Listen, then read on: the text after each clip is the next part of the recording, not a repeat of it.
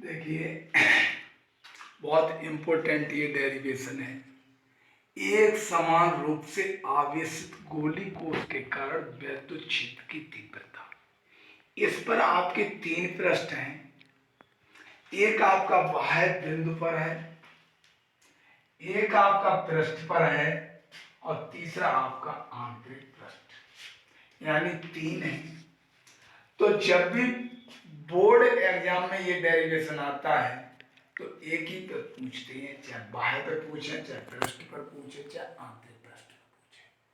तो इसमें क्या है, मानक त्रिज्या आर की एक विलगित गोली कोश है जिस पर आवेश प्लस क्यू एक समान रूप से वितरित है। हमें इस कोश के बाहर, कोश के पृष्ठ पर तथा कोश के भीतर विद्युत क्षेत्र की वो तीव्रता ज्ञात करनी है। देखिए, चाहे कोश के बाहर कह लो, चाहे कोश के बाह्य बिंदु पर कह लो, बात एक ही है। चाहे यानी कोश के भीतर कह लो, चाहे कोश के आंतरिक कह लो, वो भी बात एक ही है। और पृष्ठ पर, वो तो ही पृष्ठ पर, यानी इससे क्या है, तीनों पर हमें विद्युत क्षेत्र की तीव्रता ज्ञात करनी है। बाह्य बिंदु पर माना कि आवेशित कोश के केंद्र ओ से दूरी आर पर, यानी आर जो छोटी आर है वो हमारी बड़ी है, बड़ी आर। एक बिंदु पी है जिस पर वैद्युत क्षेत्र की तीव्रता ज्ञात करनी है, जिसे गॉसियन पृष्ठ कहते हैं। आवेश वितरण की सममित के कारण गॉसियन पृष्ठ के सभी बिंदुओं पर वैद्युत क्षेत्र का परिमाण ई समान होगा तथा दिशा बाहर की ओर को प्रचित होगी। तो देखिए, ये आपका क्या है, आवेशित कोश है। इस पर आपका पूरा धनात्मक आवेश लगा हुआ है। ओ पी के बीच की जो दूरी है वो आर है। वैद्युत क्षेत्र की तीव्रता आपकी ई है। वेक्टर क्षेत्रफल आपका ए है और ये आपका गॉसियन पृष्ठ है। और ओ, ये जो दूरी है वो त्रिज्या आपकी क्या है, आर, बड़ी आर है। तो अब क्या है,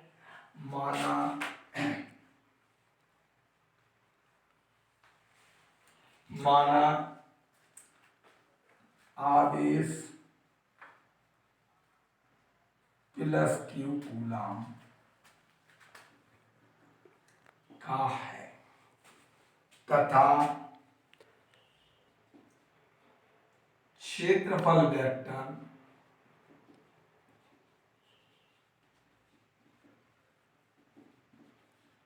डी ए वेक्टर है और ओपी के बीच की दूरी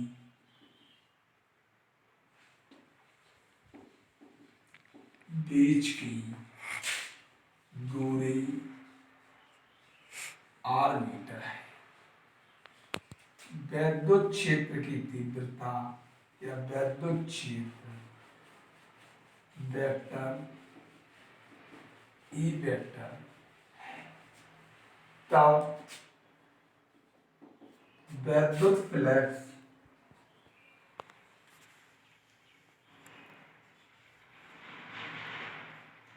डी फाई ई बराबर, यानी डी फाई ई बराबर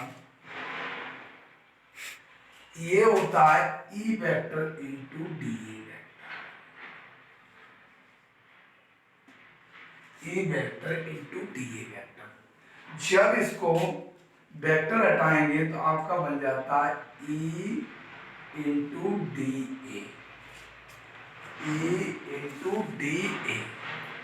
तो ई इंटू डी ए हमारा बन के तैयार हो गया। अगर आगे बढ़ाना चाहते हो तो ई डी ए कॉस थीटा, यानी अभिलंब जब होता है तो हमारा आधार अपॉन कड़ यानी कॉस थीटा हो जाता है। तो इसका मान जो हमारा हो जाता है कितना, 0 अंश होगा। जब 0 अंश होगा तो कॉस थीटा, कॉस 0 का मान कितना, 1 होता है। तो कॉस 0 अंश तो क्या हो जाएगा, ई डी ए ही रहता है।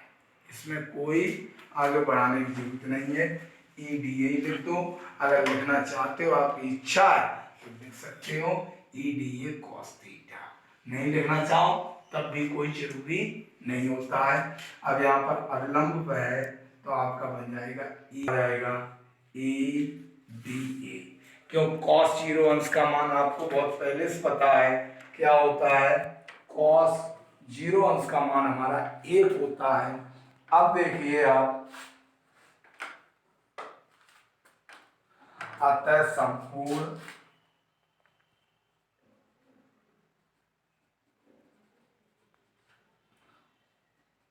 गॉसियन पृष्ठ से होकर जाने वाला वैद्युत फ्लक्स, यानी संपूर्ण गॉसियन पृष्ठ, यानी जो हमारा गॉसियन पृष्ठ ये दिया हुआ है इसके पूरे का गॉसियन पृष्ठ से होकर जाने वाला वैद्युत फ्लक्स, सूत्र आपको हमने लिखाया है फाई ई बराबर integration phi E vector into D A vector. जब इसका हम, तब ये बनेगा integration phi E D A. तो इसका समाकलन होगा नहीं, केवल E integration phi D A. आपको डी ए बराबर पता है क्योंकि संपूर्ण गोलीय पृष्ठ पे हम लेके चले हैं, तो इसका आप जानते हो गोले का वक्र पृष्ठ जो होता है वो हमारा कितना होता है 4 पाई आर स्क्वायर। तो यहाँ पर डी ए बराबर हमारा क्या होगा, डी ए बराबर यानी 4 pi are square integration phi D A बराबर 4 पाई आर स्क्वायर। अब हमारा फाई ई यानी वैद्युत फ्लक्स हमारा फाई ई बराबर बन के तैयार हो जाएगा E into 4 pi are square, यानी यहाँ पर ई हमारा ईरा इंटीग्रेशन फाई डी ए का मान हमने कितना रख दिया 4 पाई आर स्क्वायर। अब आपको क्या करनी है, तुलना करनी है, और आपको ये पहले से पता है कि आपको हमने पहले सूत्र लिखाया है फाई ई बराबर गॉस की परिमेय में क्या लिखाया, क्यू अपॉन एप्सिलॉन जीरो बराबर ये ज्यों का त्यों E into 4 pi are square. अब क्या करना है, ई बराबर मुझे निकालना है, तो हमारा ई बराबर बनेगा जाके ई बराबर ये हमारे कहाँ अपॉन में पहुंच जाएंगे, तो Q upon 4 pi epsilon zero R square. अब ई बराबर 1 upon 4 pi epsilon zero into Q upon R square. देखिए आपको पता है, अगर मान लो सपोज करो हम इतना ही छोड़ दें तो हमारा गलत नहीं है, बिल्कुल सही है, क्योंकि हमने ये अलग अलग कर दिया। 1/4 पाई एप्सिलॉन जीरो का मेरा मान आपको पता है इतना होता है, और Q अपॉन आर स्क्वायर ये अलग कर दिया। तो देखिए इसका मात्रक जो होता है वो हमारा होता है न्यूटन प्रति कूलम। अब ये आपका किस पे हो गया, बाह्य बिंदु पर। तो थोड़ा और बढ़ा लें, वैसे कोई जरूरी ना है, सुनिए। देखिए अब आपको लेके चलना पृष्ठ पर,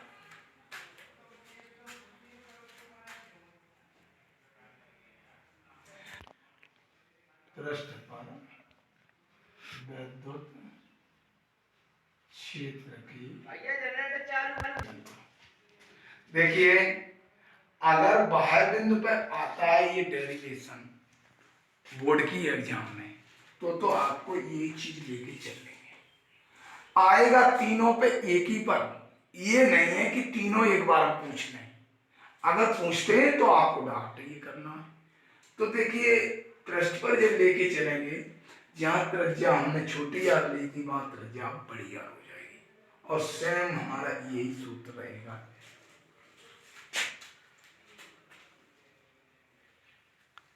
माना पृष्ठ पर त्रिज्या आर मीटर है और विद्युत क्षेत्र की तीव्रता E बराबर 1/4πε0 Q/R। जहां पर यानी हमने गोले का पृष्ठ निकाला था इंटीग्रेशन 5 वहां पर आपको 4 पाई यानी बड़ी आर स्क्वायर लगानी, बिल्कुल सेम डेरिवेशन यही है आपका। अब देखिए तीसरा है आंतरिक पृष्ठ पर।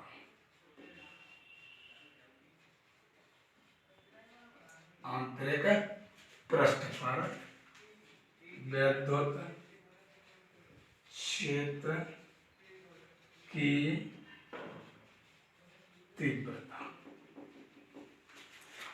जब आंतरिक पृष्ठ पर विद्युत क्षेत्र की तीव्रता निकालते हैं तो हमेशा याद रखो विद्युत क्षेत्र की तीव्रता हमेशा हमारी शून्य रहती है, तो यहाँ पर E बराबर शून्य होगा। हमेशा के लिए विद्युत क्षेत्र की तीव्रता हमारे यहाँ पर E बराबर शून्य ही रहती है।